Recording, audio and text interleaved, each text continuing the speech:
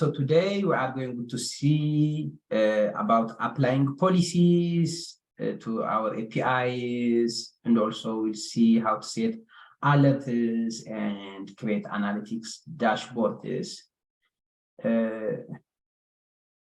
Okay.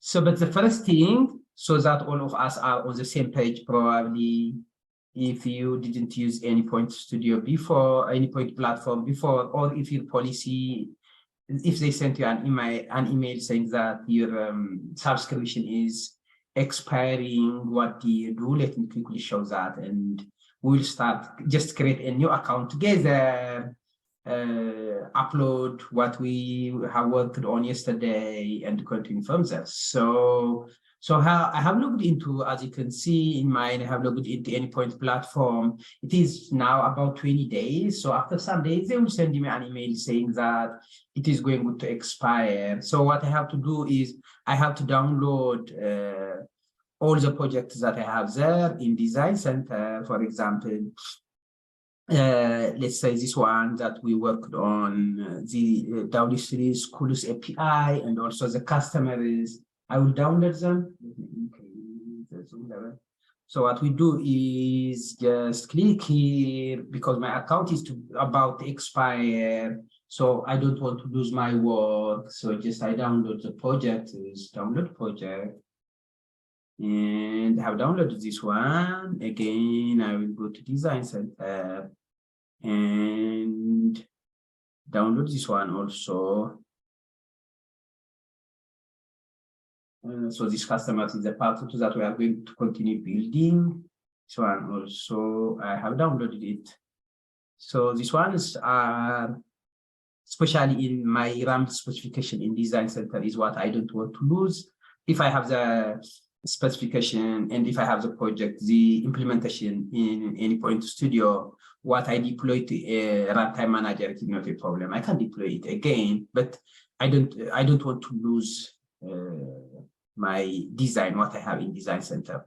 So I downloaded them, these two, as soon as I have them already, I don't want to download them. Now I will log out and create another account. So we are assuming this account is about to expire in 1 or 2 days.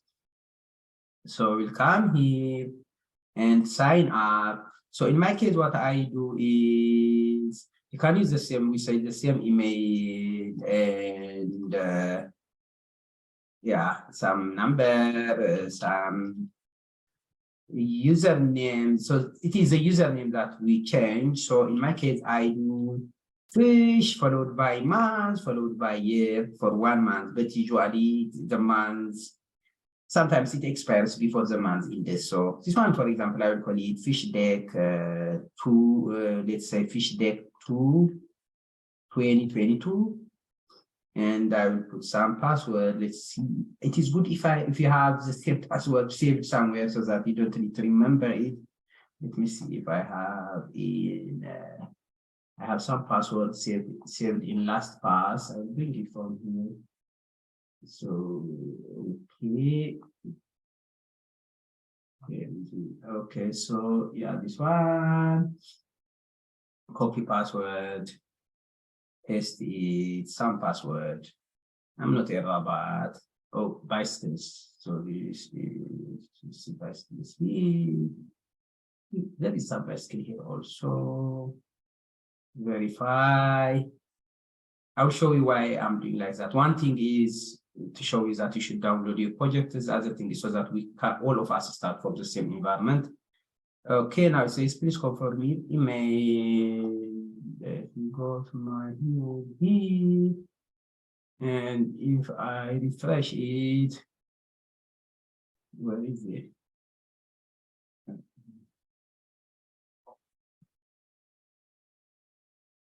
Okay, it was here. Verify email, confirm email address. Oh, okay, here. Verify your email, enter the code. Okay, let me see what code they sent. This is the code they sent. So I'll just.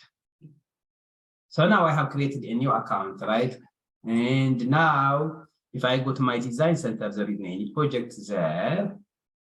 So what I can do here is create new API specification. Okay, wait. I not this one. I have to go to import from import file somewhere. Get path, create here. There is import from file. Project name is this one, like the W3 schools, for example, to import that. It is API specification and choose file. So I give this zipped file for file W3 schools sapi.zip. Now I just import it. So now I have it here, especially my RAM specifications. I don't want to lose them. Now from here, I do. So if we go to, let me close all the rest. Duplicate this. So now if I go to Exchange, I don't have anything, and we say to make it discoverable, we have to push it to publish. We have to publish it to Exchange. If I go to Exchange, I don't have anything. So as you see, mine, there is nothing. So if we come here and we just publish this to Exchange, and there is asset version, API, and so on. These ones, we can modify them or accept the default one. If it asks me if it is stable version or if it is in development, if it is in development, it is likely to be changed, but the stable is kind of, this is state of release. So I'll just accept the default and publish the Exchange. So I have created a new account and made sure I didn't lose my work from my previous account, and I uploaded it to my new account. And from Design Center, I pushed it to Exchange. And since your actual implementation in any point, you have it in any point studio, you would not lose it. So at any time you can publish it to, you can deploy it to Runtime Manager. So if you go to Runtime Manager, what we deployed yesterday, it is not served now because I created a new account. That's not a problem. So the reason that I started fresh is I wanted to show you what we are going to focus on mainly today. One is the access management. The other one is API Manager. The other one is Runtime Manager. We want to understand this, what are the functionalities of the series of this. So if we start with Access Manager, it is for managing access. So there are different things, but mainly today we are going to focus on environments mainly. So if you go to environments, we have design and sandbox. So especially if this is not the, if this is the paid version, you can create different environments here and give it to different people. Some of them, for example, you may have a team of developers who work on development, so you create a dev environment, or you have a group of people who manage the products in production, so you have a prod environment. You can have also another super admin environment, or you have a group of people who do the QA testing, so you may have QA environment, and so on. So yeah, so these environments, we can rename them, and when you deploy from Anypoint Studio, you choose environment, which environment you are pushing. So like let's rename them, for example, or create a new one. So add new environment. I will call this training. And it asks me type, if it is production, sandbox, design. I'll just accept that this production and create it. So I have this environment and I'm going to push to this environment. So we are in access management right now. You see the different users, you give access to different people on this page. You see the environment, the roles people have, and so on. So this is for managing access management and seeing the roles different people have. Okay, I think this one is enough for now. The other thing is, if you just click, if I click this one, for example, when you click on environment, you see client ID and secret ID. When you push, when you deploy a code from Anypoint Studio, if you want to use API Manager, you have to provide the client ID and the secret ID. So this is like authorizing Anypoint Studio to push the code to this environment. You can give the client ID and secret ID of the organization rather than the environment, like the high-level organization. If I come here, if I just click student, so student is a username I gave, so that is why it says student. Organization name here is student.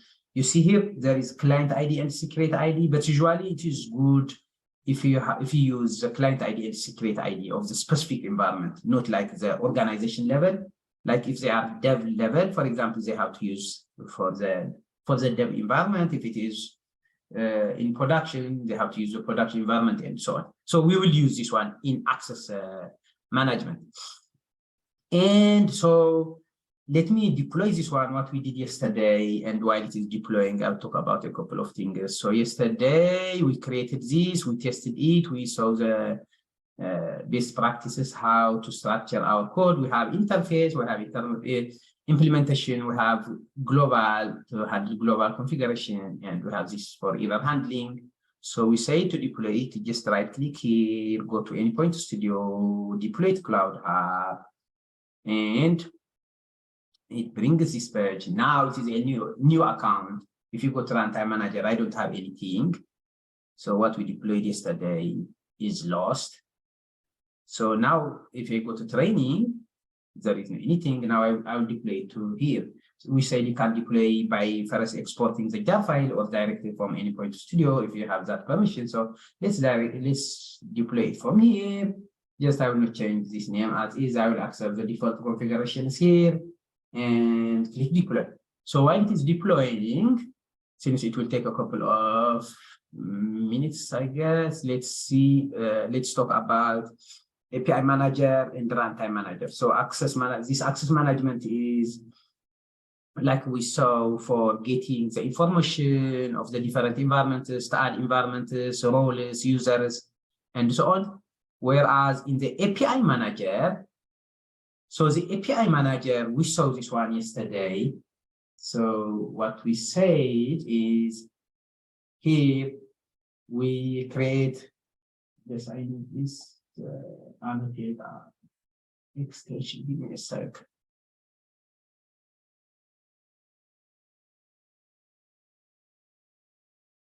Okay. Okay. So what we said yesterday is we start with Design Center with our RAM specification or contract specification, and then we publish it to Endpoint Exchange. This is used to make our APIs and assets accessible. So for the story of organizations, APIs and assets, then either from Exchange or Design Center, we import it in Endpoint Studio and we do the implementation in Endpoint Studio. And then we deploy it to Runtime Manager, either directly from Endpoint Studio or using jar file. We did this yesterday. And at this time, our API is public. It doesn't have any policies. And to apply policies, we use API Manager. So API Manager is for applying policy and for governing our API. So what we do is we go ahead and create an API in API Manager. It gives us an ID, API ID. This API ID, using auto discovery, we incorporate it in our project in Endpoint Studio. And when we deploy it to Runtime Manager, now Runtime Manager and API Manager can communicate, and the Runtime Manager can get the policies from API Manager. So this is what we are going to do today. So we say for every API that is deployed to Runtime Manager, there is one-to-one mapping. So we get a unique ID for it from API Manager.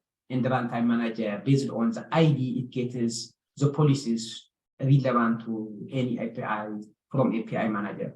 And also, Runtime Manager pushes the analytics to API Manager. So this one we saw yesterday. So the theory, and today we are going to implement that. And let me see if it has been deployed already. Yeah, this one is in deployment. So until it completes, let's cover a couple of concepts here. I go to next slide. So I have one question here. An API has been created in Design Center. What's the next step to make the API discoverable? Enable auto discovery in API Manager. So this is discoverable, not to apply policies. It is not saying to apply policies. If it is to apply policies, we enable auto discovery in API Manager. But this is saying to make the API discoverable. Discoverable means so that other people in the organization or outside of the organization can access it. Deploy the API to a Maven repository, publish the API from inside Flow Designer, publish the API to Anypoint Exchange. What do you think is the answer for this question? Can you share in the chat?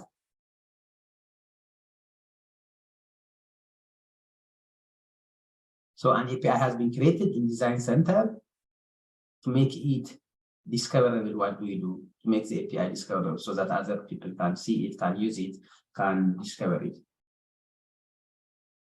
Yep. Okay. Yeah. We publish it to Exchange. Yeah. This is until it is deployed that we are looking. So see the difference. If it is to apply policies, yes, we use API. We use auto discovery in API Manager. This is for applying policies, alerts, and other things. But just to make it discoverable, it is just a matter of pushing it here. So we came here to Design Center. We have our specification here. And then from here, if we just click publish, it gets published to Exchange. If I come to Exchange now, since I did that already, publish it, I did that. Yeah, I have it here, as you can see. And to make now it is, as you can see, it is under my organization name, which is student. To make it public, I just click on it and share it. Share it public. Change the configuration to have public access. If I go to public portal right now, there isn't anything. I don't have anything in my public portal, as you can see, so people cannot see anything, cannot see the APIs that I just push it. So let's make it public. You click here, and you just click, you see the version and stuff, information about it here. To make it public, you just click here on share. Either you can share it with a group of people only, or you can just make it public. So I just have one version. If you have multiple versions, you can select the version that you want to share, so that you want to make public. I'm making this version 1 public now. So now if I go to my public portal and if I refresh this, see this is public, and let me share this with you, you should be able to access it. So if I share this in the chat, see if you can access it. Then we will apply policies, and from here you will request access to my API, and we will see the different policies like applying client ID enforcement, rate limiting, and so on, what we are going to see today. So check that and see if it is public. If you can see it, share in the chat that you have access to it. You see this API. Now let's get back to this one. So the application has been successfully deployed. It says we can see it. Did I deploy it? Okay, let me see. Yeah, this is my old. Let me log out from this one. Okay, which one is this? One is fine. Fish Deck 2 2022. Where is my application? Did I deploy it to a different? Oh yeah, I deployed it to the other one. That was tricky because I didn't. Okay, so I have to connect to the new account that I just created. So what we do for that is, if we come to, there is Anypoint platform, configure credentials. I have to provide my new credentials, not the old one. So as you can see, I don't have the new one. So I will unselect this one, and the new one is configure. Okay, it is Fish Deck 2 2022. The password there is from me.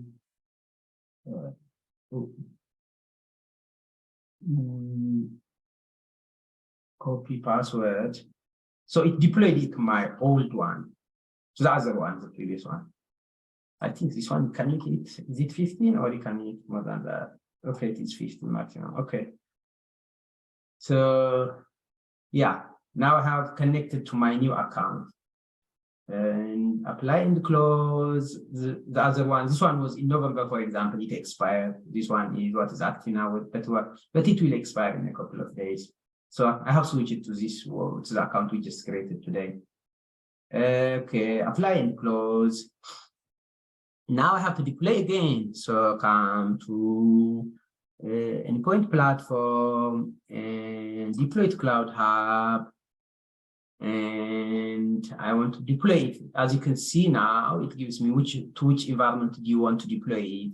This training is a new one that we just created. So I want to deploy it to the training environment.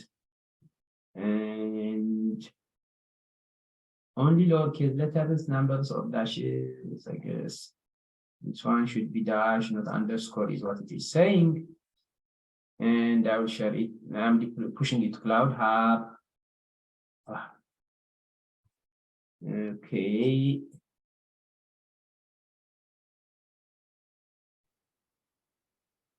Application is available. Are you sure? Okay, perfect. It is accessible. Nice. Let me see. I thought I deployed it to my old one because it was not connected to my new one. I guess it is still trying to deploy to the old one. Yeah, there isn't any. If I go this training environment, as you can see, there isn't any API there. So yeah, for now, I guess either I have to restart this Endpoint Studio and make sure it doesn't have any cache of the connection with the previous one, or I can just, for now, let's actually let's restart it. That's better. Restarting is better. Okay. So we saw this.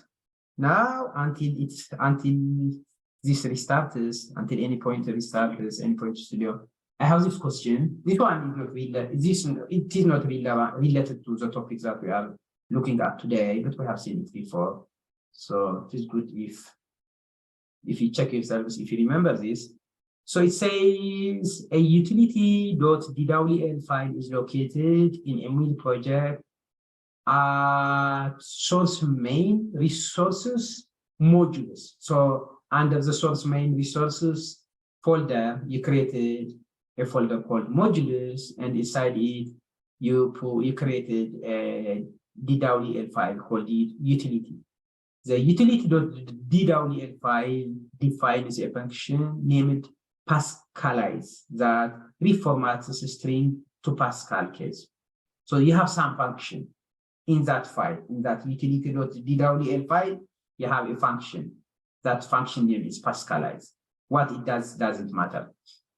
What is valid? Data wave code to call the Pascalize function in a transform message component. So this is, we saw in one session about externalizing your functions and creating custom functions. So how do you import them and use them? So in A, we have import modulus utility, then utility : Pascalize some string. In B, so if just to see the import first, A and B are correct, C and D are not. We don't use dot to import. We use double colon. If you are from Python background, we use single just dot, whereas in DataWave it is double colon. So the answer C and D are not part of the answer. We just compare A and B. And now from A and B, which one do you think is your answer? Can you share your answers in the chat?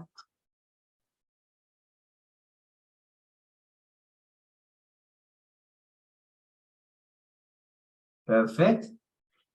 Okay, yeah, this one is a little bit tricky. So the function is, in the utility.dwl file. utility is a file name. And that file name, it can have multiple functions, by the way, not necessarily only one. So, and that function, that utility.dwl file, it can be a module. Let's say, for example, an arithmetic module that does addition, subtraction, division, and so on, remainder. So as a module, it can have multiple functions. And once you import that module to use each function, to use each function, what you do is the module name, which is utility, :, followed by the function name. Or another way to do this is import Pascalize from modulus :, utility, or import modulus :, utility, : Pascalize. You can either explicitly import that function, the Pascalize function, or if you import the whole module, the utility, in this case, then you tell it that there is a function called Pascalize in the utility module. So, okay, this was a little bit of distraction. Let me try to deploy it now and see if it deploys it to the correct environment. So, deploy to Cloud have not only environment, but the account also. Which account? Okay. Let's see. Oh yeah, I can go out here. Yeah, this one is FishDeck2. So this one is the account we just created. So this should be fine. This should be fine. So when we restarted it, I think it worked fine, I hope. And yeah, okay. When I select Cloud Hub here, it will change. So I copy it, paste. Okay, now just accept the default.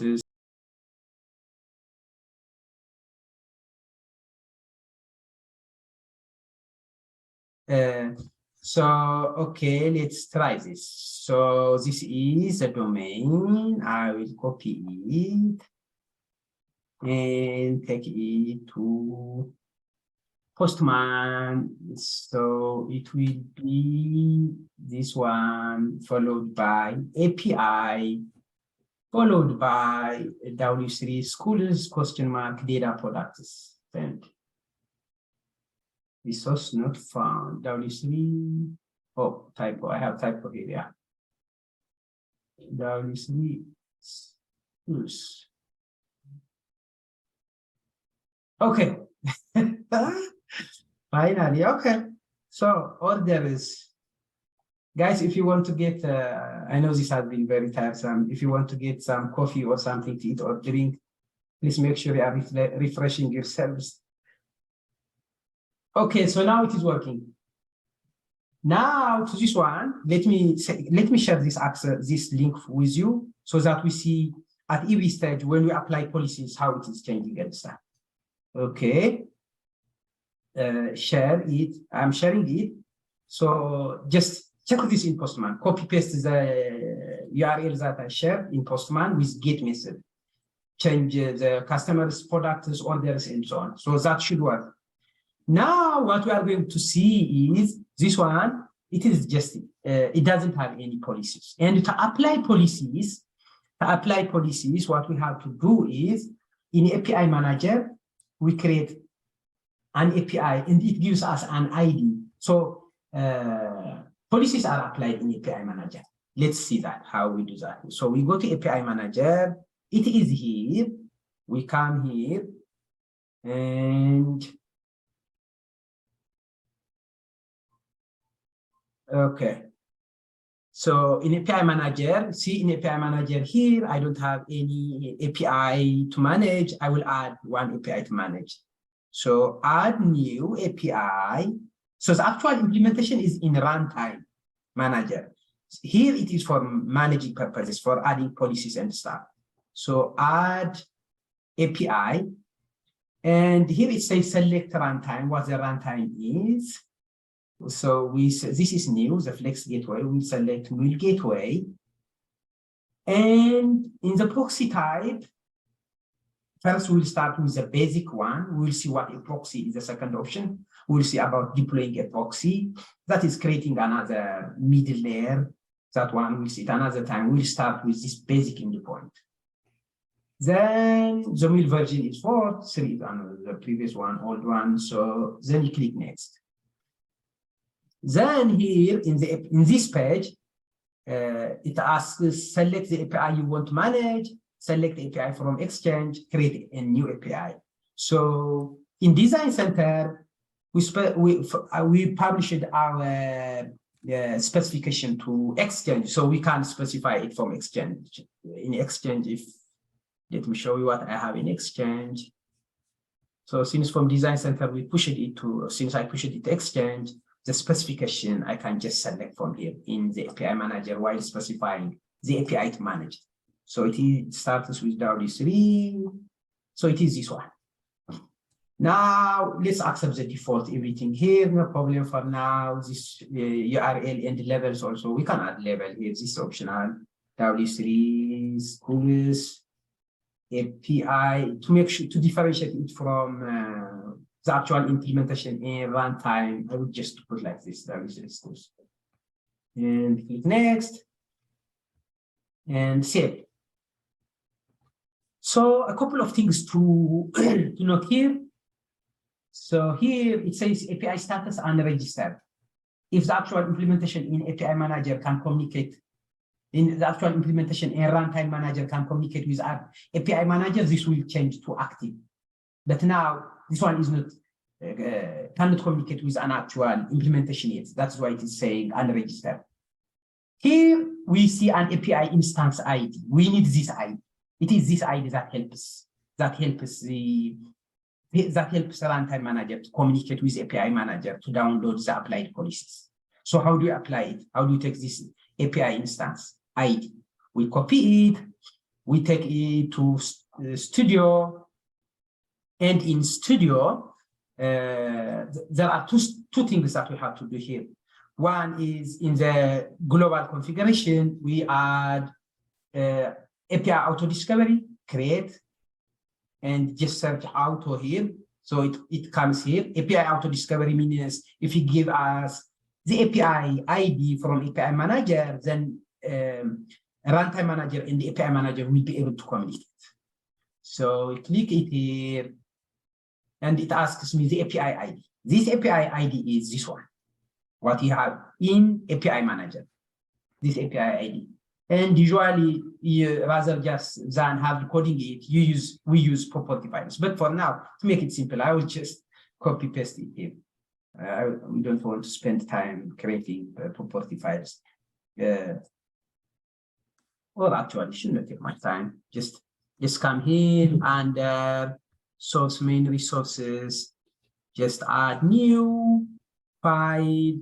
So we have been doing this multiple times. Config.yaml, we create config file, then add API, enter, it is ID, space, then the ID put it as string here.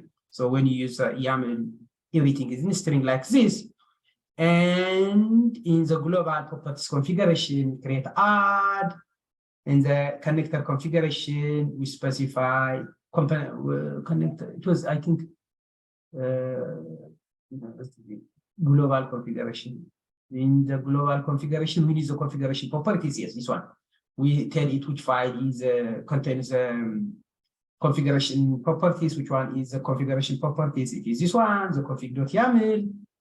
Now, when I add API auto discovery, rather than just have coding it and pasting the ID here, I can just use $sign API.id and close it with curly braces. And to which flow are we applying? It is when we use API KTT to the main flow. So the main flow is here. So basically what we are doing is before we deploy our application, we have to create an API in API manager. It gives us an ID. We bring that ID, and using API auto discovery, we configure it here by providing the API ID here. Whether you have to copy it, have to code it here, or use a config file, in both ways it should work fine. So like this.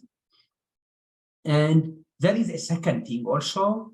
So we have to also give the we have to give the environment client ID and client secret also. So you go to access management. I am deploying it to, if you go to my environment, you can use organizations, but it is better practice to use environments that you are deploying it to. So I'm deploying it to training. You have client ID here and client secret here. You have to add it to your configuration.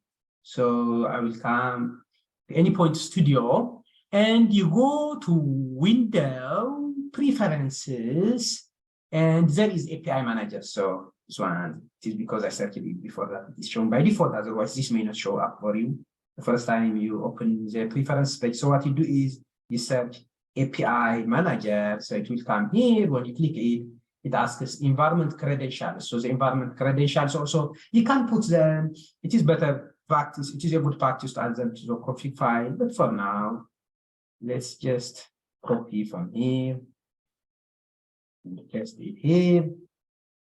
And my client secret is this one, and paste it to here. So I will validate it first. So it should just say student. My organization name is student. So student, as you can see, that means it is working. Apply and close. So we did two steps. One is adding the ID for API auto discovery. As you can see, API auto discovery configuration is here. The other one is adding the environment client and secret IDs. And this question is even common. I have one question here that says, what is the purpose of API auto discovery? So it says, let me change this to APC. Or 1 to 3. Okay. So what's the purpose of API auto discovery? One, enables API manager to discover the published API on any point exchange. Two, enables an API to be directly managed in API manager. Three, allows a deployed mule application to connect with API manager to download policies and act as its own proxy. And the last one allows the mule application to be automatically discovered on any point exchange. So this doesn't have anything to relate with exchange. So just remove this and this one and for our out of the choice. And 2 and 3, compared to and 3, 2, it says enables an API to be directly managed in API manager. So the API's actual implementation is in runtime manager. The runtime manager, it gets the policies from API manager. So the answer is this one. We'll see what this part is when we create proxies. But for now, the answer is it allows a deployed mule application, which is in runtime manager in this case, to connect with API manager to download policies. Up to this is what we have seen right now. So let me deploy this again, and you will see this part will change. So in API manager, we have this saying unregistered. When we deploy it now with the API instance ID, it will show as active. We will add policies and password and username and so on. So you will test that. So let's quickly deploy. Fingers crossed now, it will not take much time like before. So if I click Anypoint platform, deploy to Cloud Hub, override what is there. Yeah, so override existing application, deploy. Let's see this one. So until it gets deployed, let's see the different policies. There are different policies here. So one is this API becomes active. One is the API status shows as active. To apply policies, we come here. So we are in the API manager page.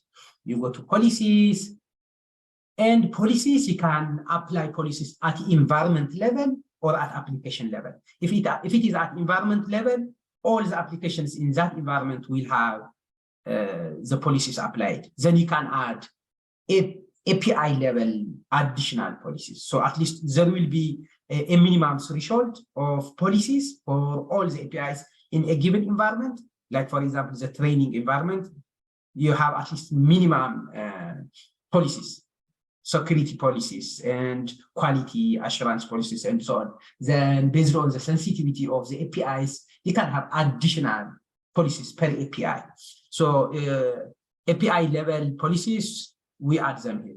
Just you click automated policies, we will do that. First, let's see at API level. This one sees the status, it says unregistered. That means it has not yet got the actual implementation in Runtime Manager.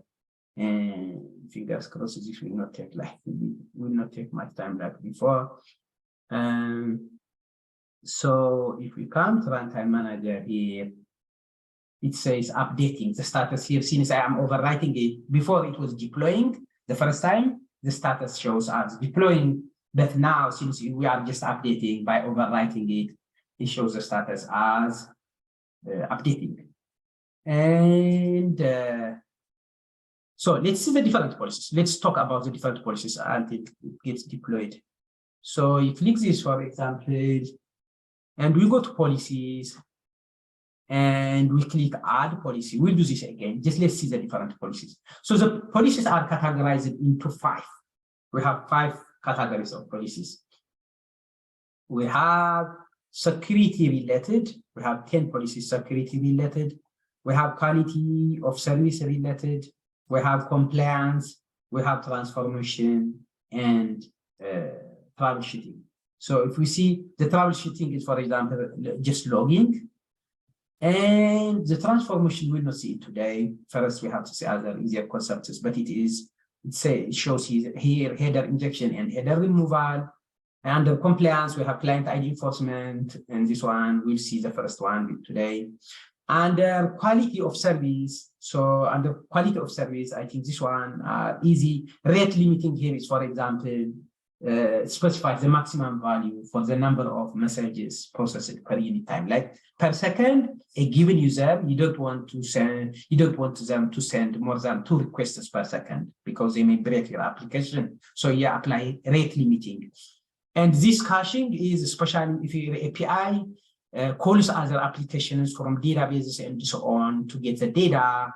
And if that takes time, rather if someone sends the same request again and again, rather than sending that request to the system API to get the data, you cache the results. So you have an intermediate layer that saves the results, and it becomes faster that way. When they request the same thing again, it gives them the data that was in the cache. This one is HTTP caching. We will see this one also. These are quality of service related policies.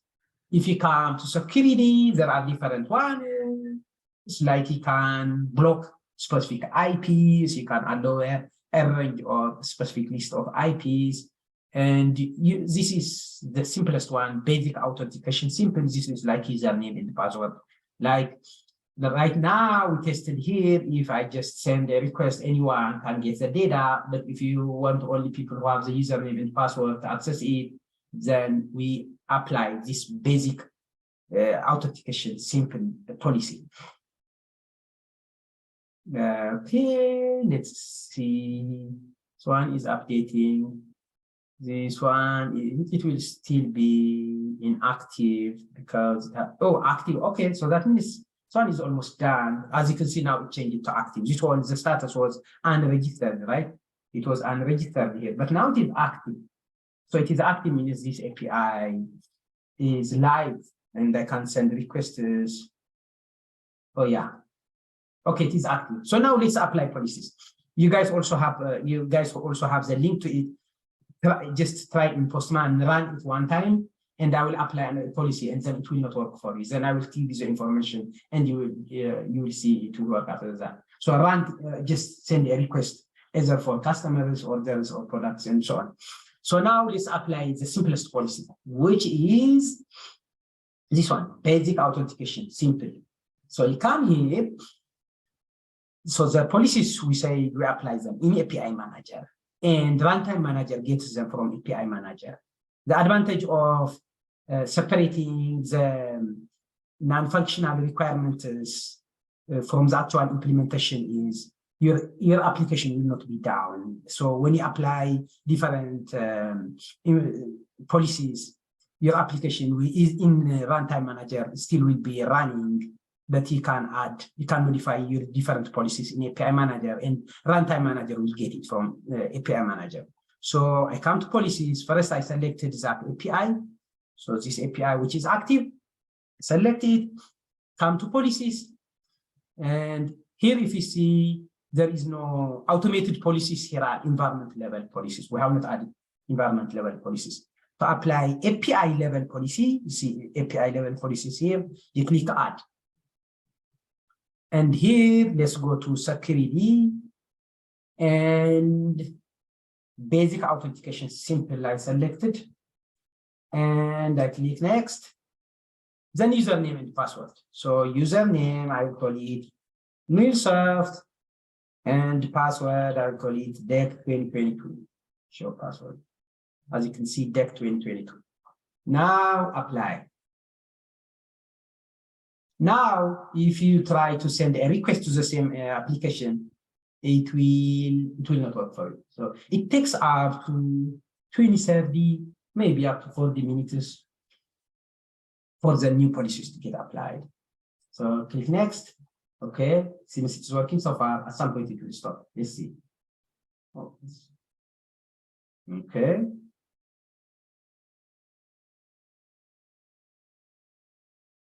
Wait. Yeah, the policy is here. Basic authentication, simple.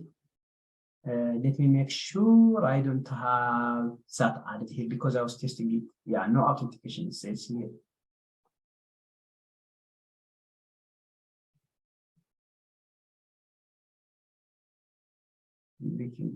Everything is slow. This one is also slow. Okay. Usually it takes less than a minute to apply the new policy. Let's give it some more time. It has asked for username and password now. Oh, is that okay? Perfect. Okay, yes. Here, registered authentication is set to HTTP basic authentication, but there is not. But there was no security context on the session. Authentication denied on connector HTTP listener. So to add the username and the password, we come here under authorization. Here, there is authentication. Now it is no authentication. You just select from the drop-down basic authentication.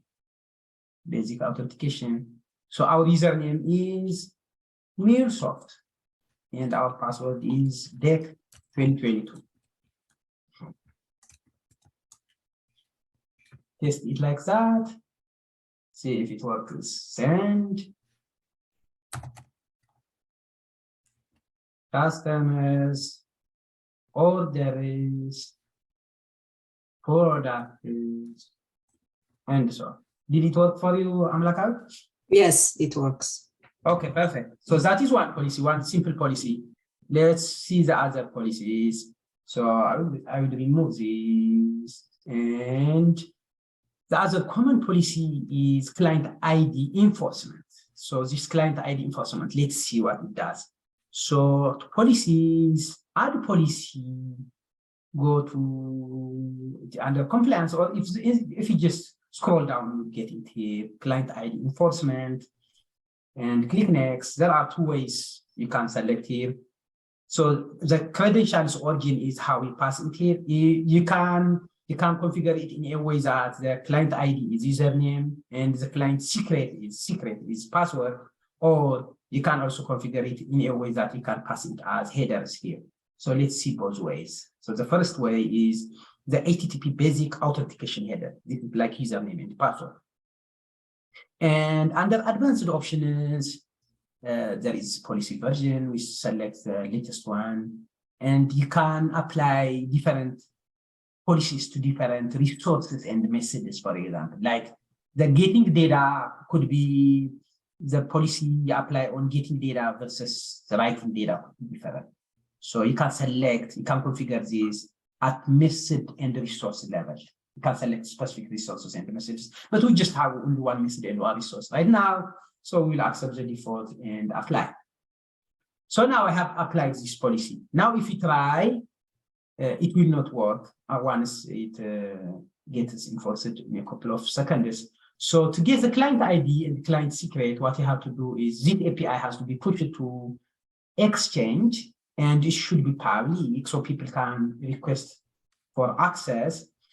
So this one, it is under my name, it is still private. I will make it public. I have it in public portal. My public portal, oh, it is, I have made it public already. So now, public, yeah, if you click this, now there is request access. Let me send you this, and you will click request access. So this is the API in Exchange. Let me share it in the chat. Where is it? Here. So you have to request access, and access, it will give you automatically. It will give you automatically, but I know who is using my application. So how do you, let me first show you, then you do it on your side. First you click it. So you want to consume this API, you click it, there is request access, and there is also, and on the top left, there is home, there is my applications. The applications you created, you see them here. There isn't any application right now. So I will come here and request access.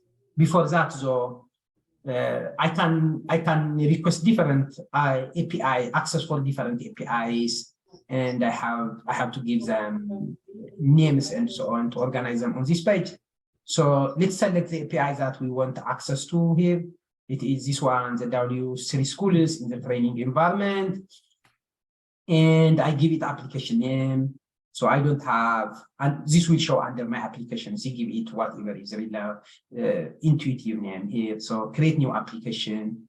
I will call it W3 schools data. So this is for me. You can also group multiple applications, or if these APIs are to be embedded in other websites or to be used in other APIs also, you can add the optional URLs. But for now, just we give it a name. That's what we name is required. And this SLS here, we will see what it is. We don't need it for now. Just right now, what you need to do is you request access, you choose the API name, which is W3 schools, and give it some name, and then request access. So now it shows client ID and the client secret.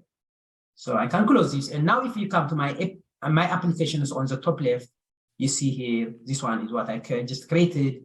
And it just gives me client ID and the client secret because my enforcement is just automatic approval. There is a way to make the approval manual for people to first review the application before it gets automatically approved. But this one is manual approval. So we have the client ID and the client secret. And when we apply the policy, since we chose HTTP, as you see, HTTP basic authentication header, what it means is just we pass it as username and password. In the authentication, client ID will be username and the password will be the secret. If I pass with the MuleSoft and with this password, if I send a request now, it will not work. Invalid client. So I have to get the client ID and the client secret. I get them from Exchange. You get them from Exchange. And I have this to copy it, just hover over here and save to clipboard. So it is copied. I bring it and paste it here. And to copy this one also, the client secret. The secret is the password and the client ID is the username when you use HTTP basic authentication header. Okay, this one I bring it here. Click next. Now it works, as you can see. So we are using client ID enforcement policy right now. So orders and so on. And under in API manager, if I go to API manager now to the application, and let's see here. What do I have? I have client applications. So this one, it will show me who is using my application. So, and if I go under client application, I see they named it like this, and it is working for them. And the owner is this person. I see they are close this. I see this information. The owner, who the owner is, whether it is working for them. So if there are multiple applications using my application, I see them here listed.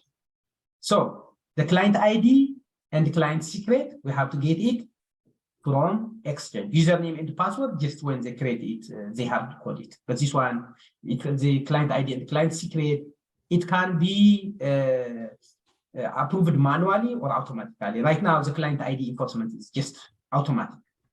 Now, what if we want to make it manual? Like, for example, we may have a free version up to 5 requests per second or per minute could be free. Up to 10, maybe you may need to review it first. Whereas unlimited or up to 10,000 per hour or something, people have to pay first. So in that case, you create different tiers or levels, and people apply for per tier, and the different tiers, some of them could be automatic approval, the others may need manual approval. And the rate is not working in next class. For now, let's just see you make it public and click request access here. It gives you client ID and client secret. Yeah, I guess it is because of the free license, free trial version. You request the access here and you get the client ID and client secret. So we tried that. Now let me try quickly a couple of others and we'll end the class. So, and yeah, here is the API. We said we apply policies in API manager. So if I come to policies, I see we have client ID enforcement. There are other policies. Let me show you a couple of them. So I will remove this policy and add another policy. Some of them, you can have a couple of policies. Some of them, they mean the same thing, or one is just the other one plus more functionality. So there are cases where you may need to apply 2 at the same time, whereas in other cases, if you have apply 1, when you try to apply the other one, it will tell you a similar policy has been applied. So from the quality of service, let's see this one, rate limiting. So the rate limiting,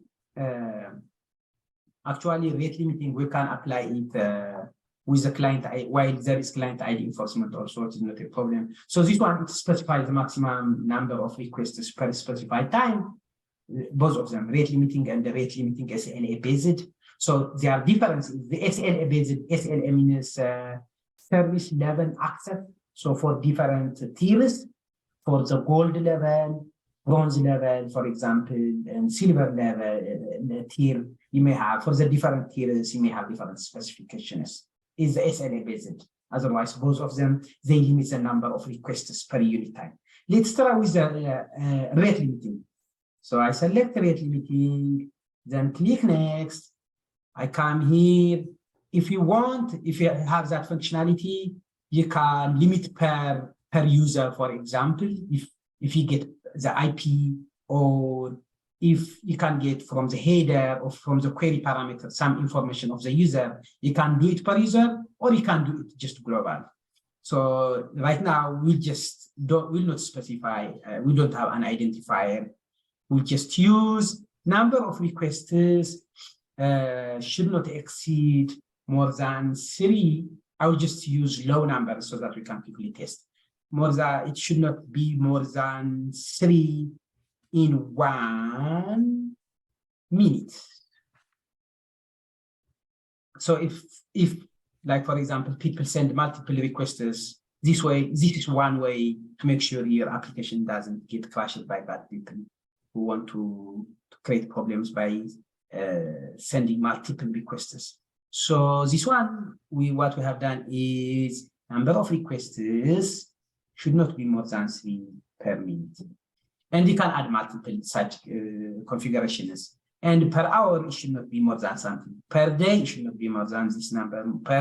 And so on. Per week, it should not be more than this. So you just click add, and all of the policies are applied independent of each other. Here it says the policy will be enforced independently. So the other thing is also there is this expose headers. So if this expose headers is checked, people can see how many requests they have, what the rate limiting is, what is remaining, and how many requests have been sent. Let's check this one just here. And you can select specific resources and messages like the other one. Just apply. Now, I will come here and we removed the client ID and the client secret enforcement. So authentication, I will just remove it for now.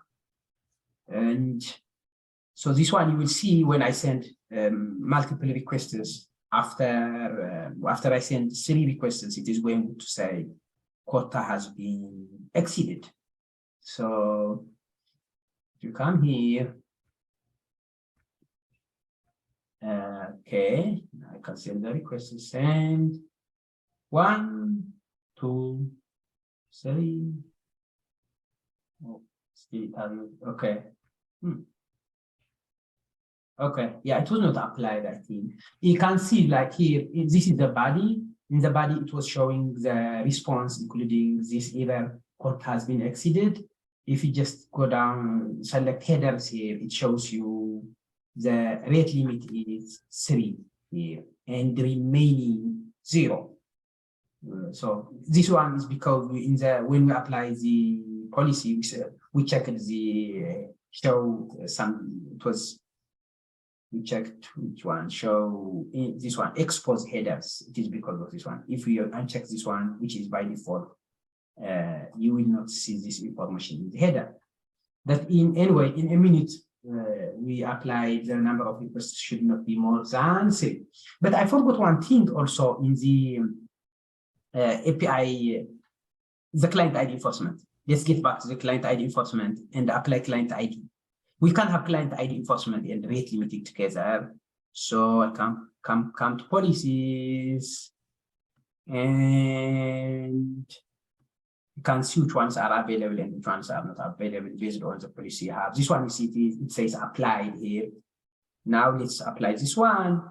And now we are going to use, rather than the HTTP basic authentication header, in this one, we were using the client ID as a username and the secret as a password. But if it is custom expression, you can't have any custom expression data with code here. The default is you will pass them in the headers as client ID and the client secret. So it accesses them using this code. You can change this code if you understand it, what it is doing.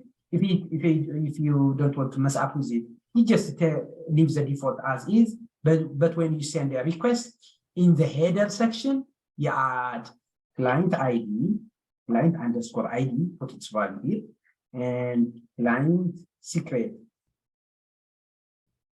And you put its value here. Let's do that now. So the same thing under the advanced options, you can make it per resource or per message. So click apply. Now we have applied 2 policies, rate limiting and client ID enforcement. So if I go to, again, I have to go to Exchange for the request, and Exchange, is here, request access.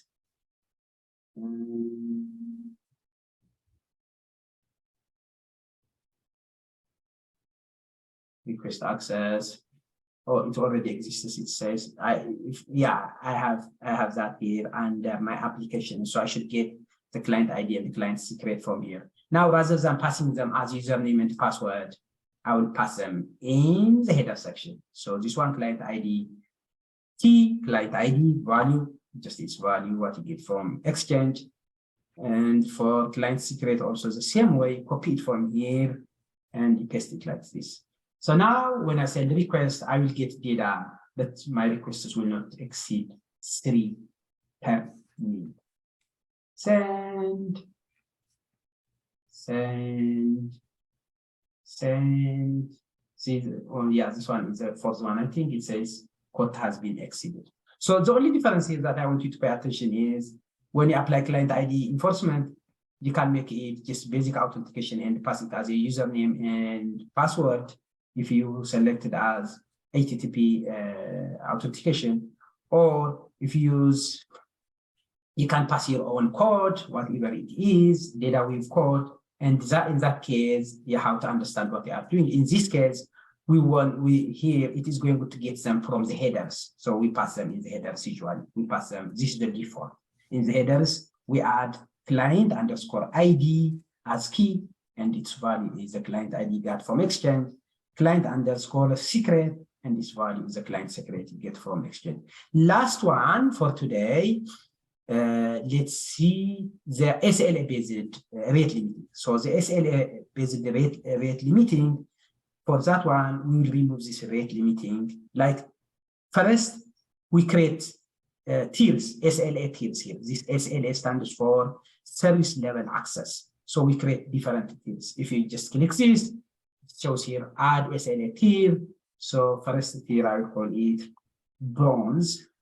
This will be trial version for people to try my application. I can add a description here. So the approval will be automatic for this one. See here, approval, automatic versus manual. I don't want these people to send more than 3 requests per minute. Example, bronze layer, this bronze. Another tier, we can add silver. So this one, I want, it will be free version, but the approval will be manual. I want to see who they are, who requested my applications. And it will be, let's say, did I put the other one 5? I will put small numbers, 5 per, in 1 minute. This standards, the requests cannot exceed 5 in 1 minute. Add another tier will be gold.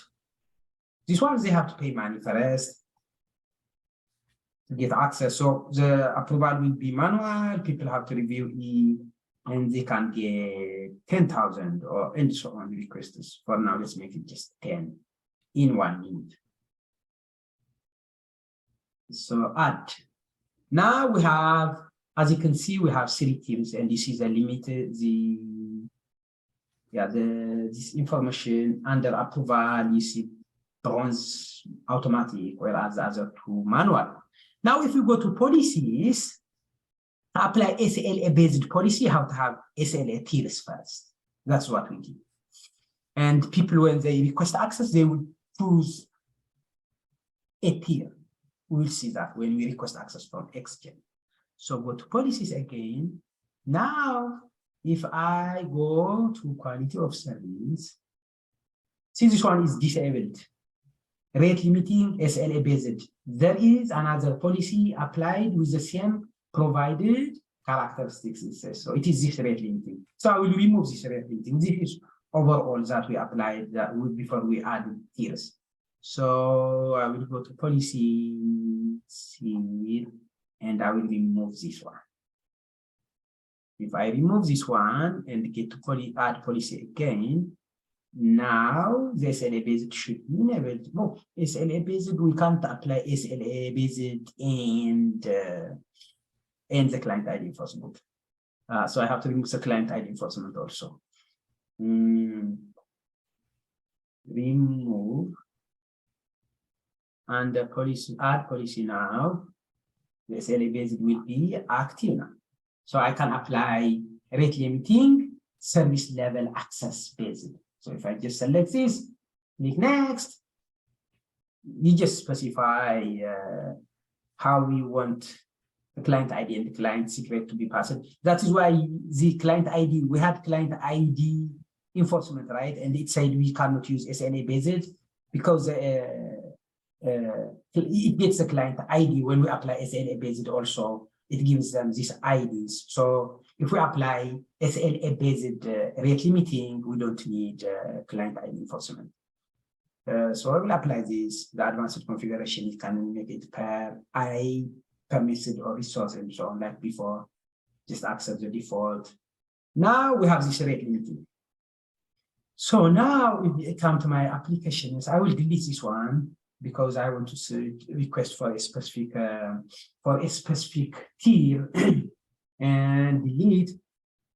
Now we come to the public portal and access request. And now it access, once I select the API, give it some name, create a name, like before, downstream schools data, create. Now I have this SLA tier. It is active now because we have SLA based rate limiting policy applied. So I come here. If I select the bronze, I will get the client ID and the client secret automatically, like before. It doesn't need manual approval. And after, the limit is 3 per minute. So it is the same like the rate limiting. Let's try this one, the silver. I think it was 5. It shows here 5. When you select from the drop down, the different tiers, you can see the requests, the limit, the number of requests you can make per minute. So let's select the silver. One thing, 5 per minute is a threshold, and also the approval is manual. So send request. Here it says your request has been received and is pending. If you go to your email now, you will get an email saying that someone has sent a request. So let me refresh this. And application registration approved. This one was okay. Yeah, this one is the auto approvals. This is the auto approvals. They say approved. I got an email. So those who manage the API, the endpoint platform, they get emails and they manage it. So here we see it shows an application has been submitted and it is pending for approval. So if I come now to my client applications, I see this one and it says as pending. This person has applied to requested access to this application and their application name is this one. So if I click it, I see information here, and there is, this is for the silver layer. This is the SLA tier, silver layer. You can approve it or you can reject it. So let's approve it. When we approve it, that person will be able to have the client ID, the client secret approved. Or you can revoke it also if they are misbehaving or if you don't want them to have access anymore. So if I come this one, if I just refresh now, I will be able to get the client ID and the client secret under my applications. If I click this, see now I have the client ID and the client secret, and we pass it in the header section. So copy client ID, I will bring it and paste it here. This is the client ID and secret ID are now different from the default one we had before, because now it is per tier basis for each tier different client ID and the client secret. So this one also this here. Now for this one, for the bronze layer, it is 5 per minute. So I can, let me send 6 requests and then it will say, and it will give an error saying that what has been exited. Send.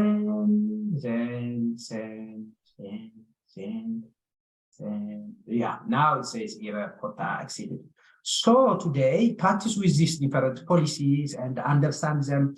We have seen basic authentication simple using password and username, client ID enforcement. We saw also a rate limiting. We saw rate limiting SLA based. In our next class, we will see this message logging, IP allow list, block list, and applying,